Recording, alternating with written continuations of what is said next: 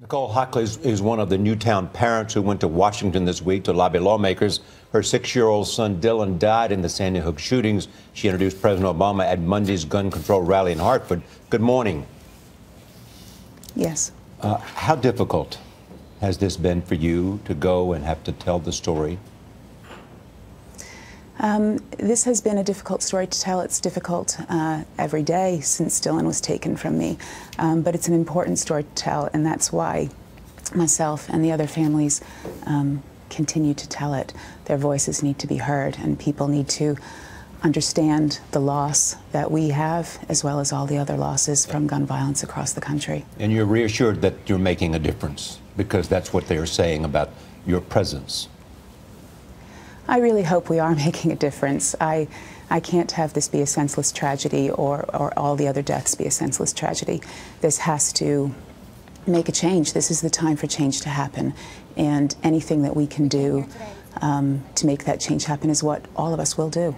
Nicole, this is certainly a role that you didn't want and no one in the country wanted for any of you. I heard one parent say the other day, I never intended to be an activist, but here you are. The NRA said the other day, the sad truth is that no background check would have prevented the tragedies in Newtown, Aurora, or Tucson. What's your response to that? That's quite possibly true, that a background check wouldn't have affected what happened at Sandy Hook. That doesn't mean that we shouldn't be doing it, though. There are countless others across the states that do die because of the lack of background checks, the lack of consistent background checks. And I'm not just here for the 26 that died at Sandy Hook. I'm here for all the children and adults that die. And if we can make any steps forward to help save lives, then it's a step worth taking. Mm-hmm.